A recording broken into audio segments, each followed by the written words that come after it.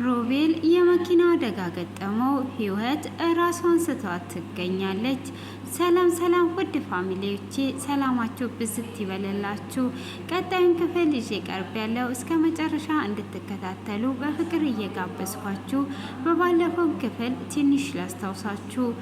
ራሄል እንግዲህ ታዴን ህይወት መውደድ አለብህ፣ ህይወትን እንደ ልጅ ማየት አለብህ። ፍርዬ እንኳን ተቀይሯባሃለች። አንተ ማየት ያልቻልከውን ነገር የሮቤል አባት እንደ አድርጓለች። ሆስፒታል የሮቤል አባት ሄዷል። አንተ ግን ሄደክ አላየሃትም። ስለዚህ እንዴት አንተን ደብቃ እሱም ልታገናኝ ቻለች? የሆነ ሚስጥር በመካከላቸው ሊኖር ይችላል። አንተ እንዴት ልጅህንስ አላየህም? አንተ ለልጅ ሟች እየሆንክ ብላ ትለዋለች። አንቺ ምንድን ነው የቀየረሽ? ፍርዬ አይደለችም የተቀየረችው። ፍርዬ ያደረገችው እኔ የማደርገውን ነገር ነው፣ ለልጄ ጥንቃቄ ብላ እንጂ ሌላ ነገር አድርጓ አይደለም በማለት ይላታል። እሷም ቢሆንም ህይወትን እስከ ዛሬ ድረስ በድለናታል፣ ብዙ ክፉ ነገርን አድርገናል፣ ምንም ያገኘነው ነገር የለም። ስለዚህ አሁን ላይ ጥሩን ነገር አድርገን ደግሞ እንሞክር፣ ህይወትን እንደ ልጅ ወደ ራስ አስጠጋት በማለት ትለዋለች። እሱም በፍጹም ወደ ራሴ አላስጠጋትም፣ ህይወትን አላቃትም ብላ ትላለች። ህይወት ልጄ አይደለችም በማለት አሁንም ሽምግል አድርጎ ይክዳል እና ህይወት ልጅ ካልሆነች በዲኤንኤ ምርመራ ማረጋገጥ ትችላለህ ብላ ትለዋለች። ፍርዬም እንግዲህ በዲኤንኤ ምርመራ ታስረዳታለህ ብላ ትለዋለች።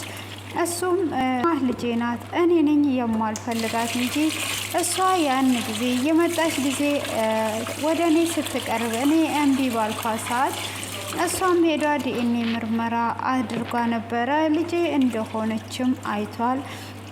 እንግዲህ ህይወት በዛም በመጣይ ሰዓት በሚያመናጭቃት ሰዓት ዲኤንኤ ምርመራ አድርጓ ነበረ። እኔ የምፈልገው አባትነትህን እንጂ ሌላ ነገር አይደለም ብላ የዲኤንኤ ወረቀቱን አሳይታው ስትል እኔ የዚህ አይነት አሰርቼ ላመጣልሽ እችላለሁ በማለት እንግዲህ ፊቷ ላይም ቀዶባት ነበረ። ያንንም የቀደደባትን እያየችም ባትከፋም ፎቶ አብሮ የሰርጉ የሽማግሌው ቀን የተነሱትን ትሰጠዋለች። ፎቶውንም ሊቀደው ሲል ፎቶውን አትቅደደው፣ እጅግ ብዙ ፎቶ የዛን ቀን በደስታ ስለተነሳችሁ እኛ ጋር ብዙ ስላለ ለአንተ ግን እንደ ማስታወሻ ይጠቅማሃል ያዘው ትለዋለች። እሱም እንግዲህ እሺ በማለት ፎቶውን ይዞት ነበረ። ያንን እንግዲህ ማርታ እየነገራት ነበረ። ስለዚህ ምንም የሚለወጥ የሚቀየር ነገር የለም እኔ እንትን አልልም ይላታል። ስለዚህ አሁን ፍርዬ እንደተቀየረችው እንዴት ለሮቤል አባት ታሳየዋለች እያለችው ነው። የሮቤል አባት እንግዲህ በድጋሚ ዛሬው ሆስፒታል ሄዶ ነበረ። ሆስፒታልም እዛው ባለችበት መጥቶ ከየት ነው የመጣው? ምን ፈልገው ነው የመጣው ብሎ ሲል ልጄን ልጠይቃት ነው የመጣሁት፣ ልጄ ጨጓራዋ እንድተጎዳ ዶክተሩ ነግሮኛል፣ ምንም አታስቢ። ሮቤል ራሄል እህቷ ስለሆነች እጅግ ተደስቶ በደስታ ውስጥ ይገኛል። አንቺ ለምንድን ነው የምትከለኪን ብሎ ይላታል። ሮቤልማ የተደሰተበት ከዚህም በኋላ በፍቅረኛውና በሱ መካከል ማንም ስለማይገባ ነው ብላ ትለዋለች። ለዛ ነው የተደሰተው? አይ አይደለም፣ እኛ ጋር ሴት ልጅ ስለሌለች እሱም እጅግ የተደሰተበት በዛ ነው ብሎ ይላታል።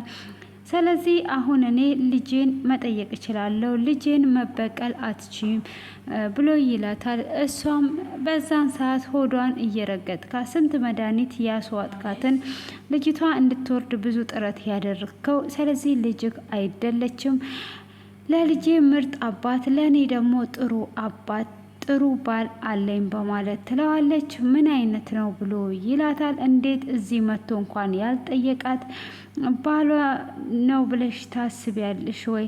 ለልጄ ጥሩ አባት ነው ብለሽ ታስቢያለሽ ወይ? መቼ እዚህ ሆስፒታል እንኳን መጥቶ ጠየቃት ብሎ ይላታል። እሷም እሱ መጥቶ ይጠይቃት አይጠይቃት አንተ ምንም የሚያገባ ነገር የለም በማለት ትለዋለች። እሱ ያገባኛል፣ መጥቶ አንድ ጊዜ እንኳን ሳይጠይቃት እዚህ ጋር አንቺ የልጅ አባት ያለሽ እኔ ለልጄ በጣም የምጨነቅ አባቷ ነኝ ብሎ ይላታል። እሷም እንዴት አንተ ተጨነክላት እንደዚህ ማተው ትጎዳለ በማለት ትለዋለች። እሱም በጣም እንደሚጨነቅላትና በእጁ እንደሚያስገባት ይነግራታል። እሷም በፍጹም ይሄ ነገር አይሆንም ብላ ትለዋለች። ይሄ ነገር እንደማይሆን አሳይሻለሁ። ልጄን ማንም ከዚህም በኋላ እንዲነካት አልፈልግም። እንደዛ የምታደርግ ከሆነ እስቲ እናያለን። አርፈሽ የማትቀመጪና በልጄ እንደዚህ የምታደርጊ ከሆነ እንግዲህ ከዚህም በኋላ እኔ ደግሞ እበቀልሻለሁ ብሎ ይላታል። ምንድነው የምትበቀለኝ? ልጅቷን ራሱ እወስዳታለሁ ብሎ ሲላት እንግዲህ እሺ እንደዛ ከሆነ እኔም በቤተሰቦች እመጣብሃለሁ ብላ ትለዋለች።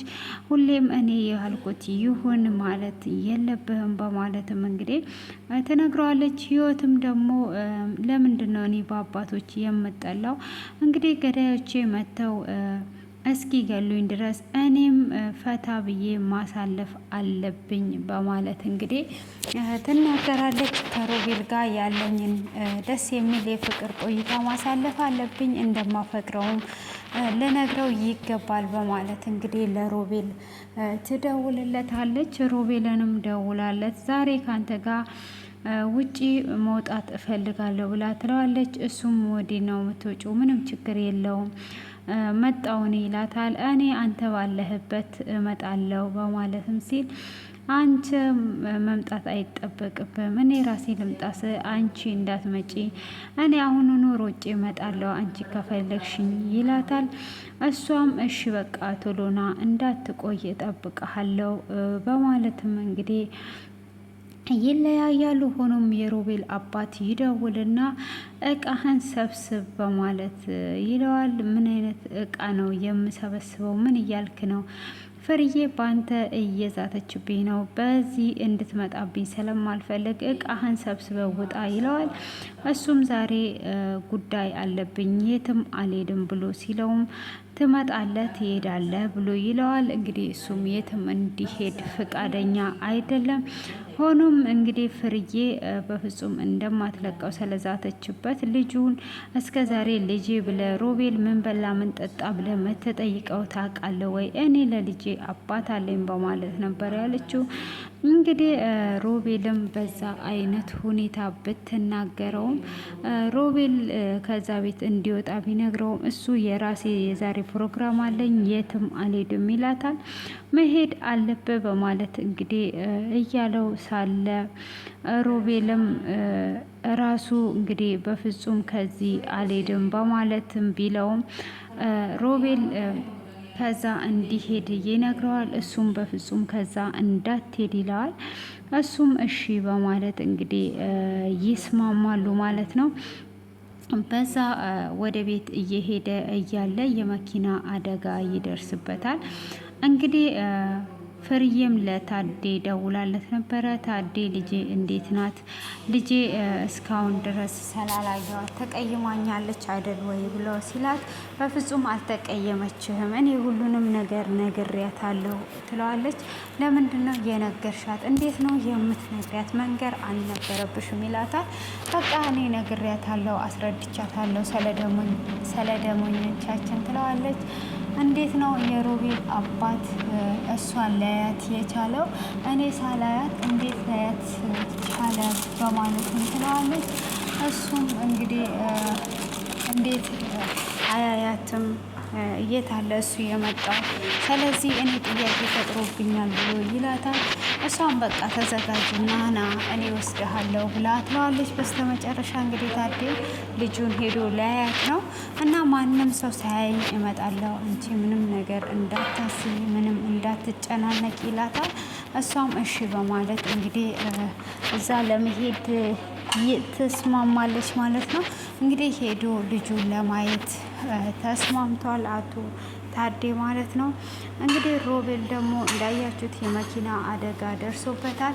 ከአባትየው ጋር አልተስማማም ነበረ። እሱ ከህይወት ጋር እንግዲህ ጥሩ ጊዜ ለማሳለፍ እና ለመዝናናት እየሄደ እሱ ደግሞ ከዛ ቤት ወጣ እያለው እንግዲህ በስተመጨረሻ መኪና አደጋ ደርሶበት በዚህ አይነት ሁኔታ ይገኛል። ቀጣዩን ክፍል ይዤላችሁ እመጣለሁ።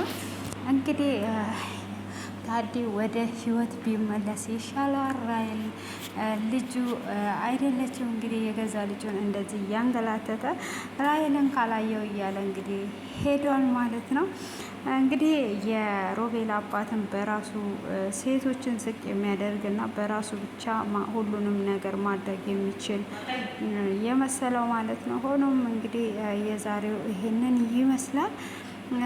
ራሔልን እንግዲህ ለመውሰድ ነው ህይወት ሮቤልን ከዛ ካወጣ ፍርዬን ለመበቀል ነው። አሁንም እንግዲህ በዛ ሰዓትም እንደዛ አሰቃይቷት አሁንም ሊያሰቃያት ይፈልጋል። አስተያየታችሁን ኮሜንት ላይ